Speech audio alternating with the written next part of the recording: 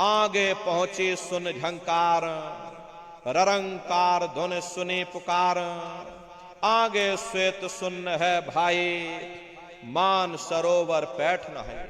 उसी के ऊपर तीसरा देश आता है जिसे महात्माओं ने सुन्न देश कहा। उसी को रारंग देश कहा जाता है, उसी को अक्षर और नेति कहा जाता है। वहां के जो मालिक हैं वो रारंग पुरुष यानी कि पर ब्रह्म पुरुष हैं। देखो प्रेमी भाई बहनों, इस बात का ध्यान रखिएगा कि ब्रह्मा जी अलग हैं और ब्रह्म अलग हैं और पर ब्रह्म अलग हैं।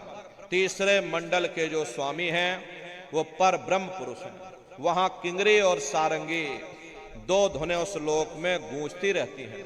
और पर ब्रह्म पुरुष का जो स्वरूप है वो पूर्णमासी के चंद्रमा के समान बड़ा ही मनमोहक स्वरूप है।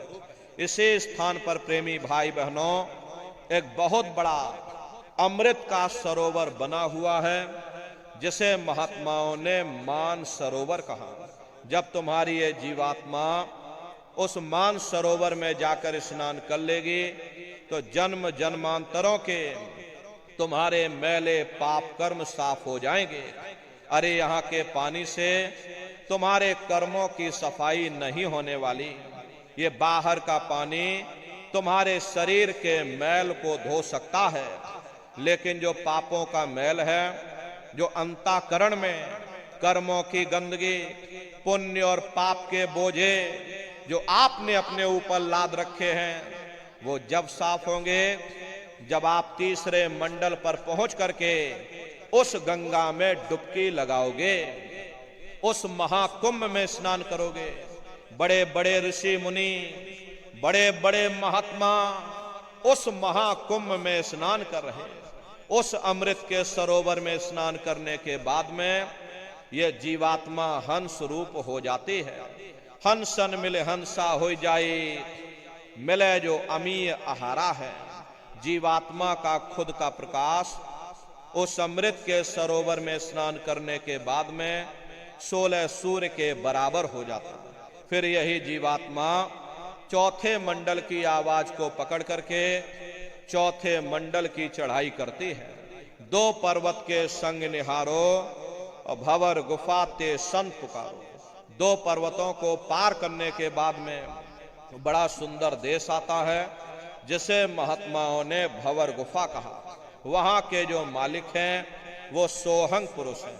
वहां बंसी यानी मुरली की मधुर ध्वनियां सदा उस लोक में उच्चारण होती रहती हैं। और सोहंग पुरुष का जो स्वरूप है वो दोपहर के सूर्य के समान महाप्रकाशवान स्वरूप है।